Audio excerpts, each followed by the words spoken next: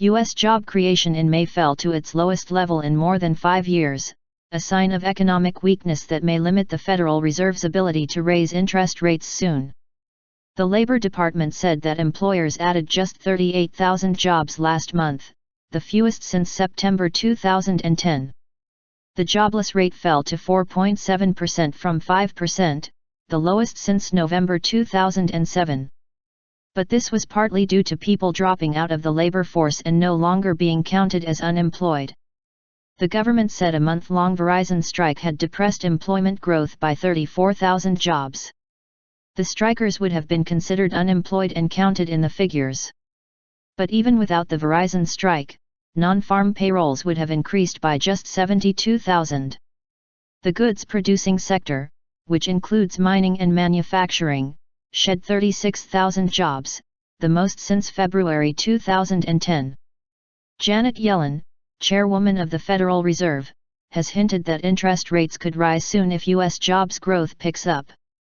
Ian Shepherdson, of Pantheon Capital, said the chances of June rise were now dead, while the prospect of a July rise was badly wounded. Bad, bad, bad. The dollar immediately weakened after the data was released as investors speculated that a rate rise this month was unlikely.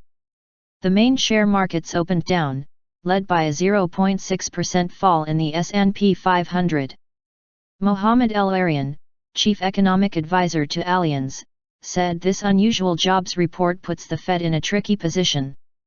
Joey Lake, U.S. analyst at the Economist Intelligence Unit, described the jobs report as bad, bad, bad.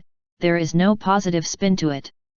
He pointed out that the Labor Department also revised previous monthly figures lower.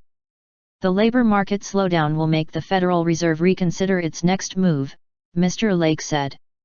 It reduces the chance of a June rate increase and makes it more likely the Fed will wait until July, after the Brexit vote, which will also reduce the political risk from abroad.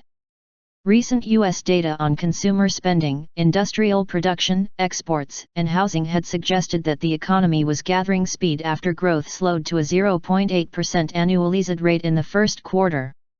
Consumer spending surged in April on the back of sales of big-ticket items such as cars and household appliances. Sales of new homes reached an 8-year high in April. Many economists had expected growth to speed up in the April-June quarter to an annualized pace of about 2.5%.